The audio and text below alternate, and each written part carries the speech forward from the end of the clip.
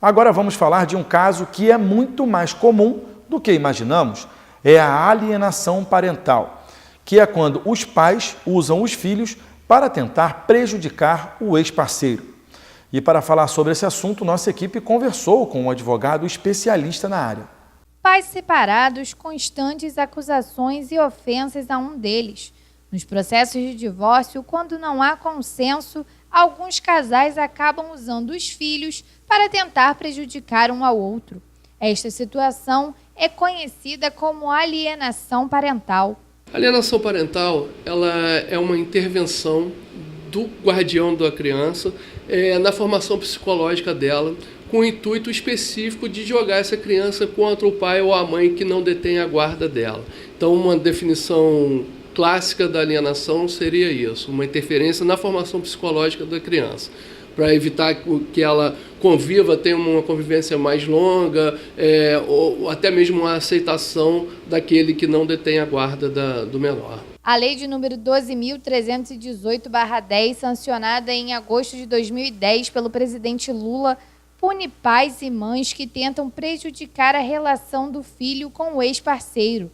O texto, que surgiu do projeto do deputado Regis de Oliveira, do PSC, prevê a aplicação de multa e até perda da guarda da criança.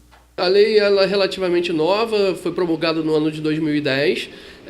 Ela define o que é uma alienação, que é mais ou menos aquilo que eu falei no início da entrevista, e ela prevê consequências para o pai ou para a mãe que promove essa alienação.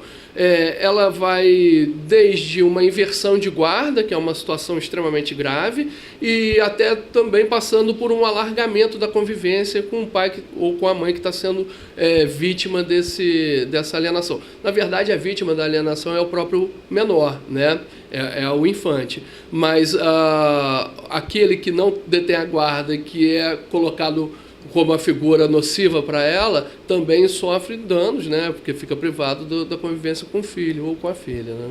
Segundo artigo da lei, diz que considera-se ato de alienação parental a interferência na formação psicológica da criança ou do adolescente promovida ou induzida por um dos genitores, pelos avós ou pelos que tenham a criança ou adolescente sob a sua autoridade, guarda ou vigilância, para que repudie o genitor ou que acuse prejuízo ao estabelecimento ou à manutenção de vínculos com este. No artigo 3º, a prática de ato de alienação parental fere o direito fundamental da criança ou do adolescente de convivência familiar saudável, prejudica a realização de afeto nas relações com o genitor e com o grupo familiar, constitui abuso moral contra a criança ou adolescente e descumprimento dos deveres inerentes à autoridade parental ou decorrentes da tutela ou guarda. O advogado Sérgio Rosmaninho falou das consequências que os filhos podem ter. Tanto o pai quanto a mãe são essenciais para o desenvolvimento biopsicossocial do menor, né, da criança ou do adolescente. A ausência de qualquer um desses duas figuras, tanto a paterna quanto a materna, causa uma má formação, digamos assim,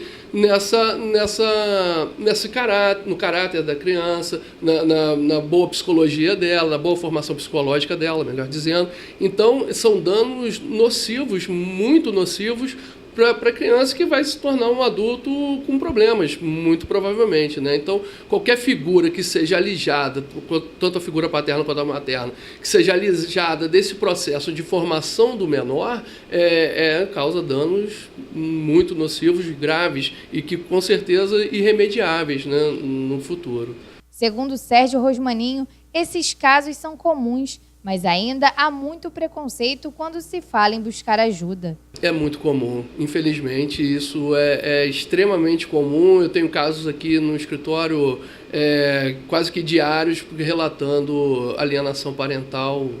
São tabus que ainda precisam ser quebrados, né? Porque quando a gente fala, vai procurar um psicólogo, o primeiro pensamento da pessoa é que eu não sou maluco, eu não preciso. E não é o maluco, não é que precisa do psicólogo, né? Os normais também precisam. Então sempre tem essa rejeição quando se dá esse encaminhamento. E obviamente que o trabalho psicológico ele só vai facilitar essa convivência, essa reinserção dessa criança na convivência com o pai ou com a mãe que estava alijado desse processo.